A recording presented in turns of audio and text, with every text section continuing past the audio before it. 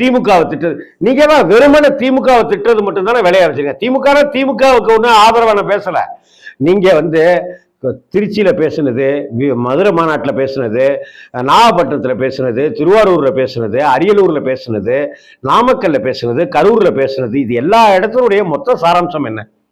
திமுக ஆட்சியை வீட்டுக்கு அனுப்பணும், நீங்க ஆட்சிக்கு வரணும். தாவேக்காவா டிவேக்காவா? ஏலம் விடுற மாதிரி ஒண்ணு இன்னொன்னு இருக்கல. என்ன ஏலமா விடுறீங்க? தமிழ்நாட்டு மக்கள் ஏலம் போட்டு கூறு போட்டு இன்னைக்கு சாவடிச்சிட்டீங்களேங்க. என்ன அரசியல் பண்றீங்க? கேவலமான அரசியல். ஒரு கட்டுப்பாடு வேணும். அண்ணாவை பத்தி தெரியுமா உங்களுக்கு? பேரறிஞர் அண்ணாவை பத்தி விஜய்க்கு தெரியுமா? அவருடைய தாரா மந்திரம் என்ன? கடமை, கண்ணியம், கட்டுப்பாடு. கடமை, மக்களுக்கான கடமையை செய்யணுங்கிற முனைப்பு உங்கள்கிட்ட இல்ல விஜய். கட்டுப்பாடு, உங்க தொண்டர்களை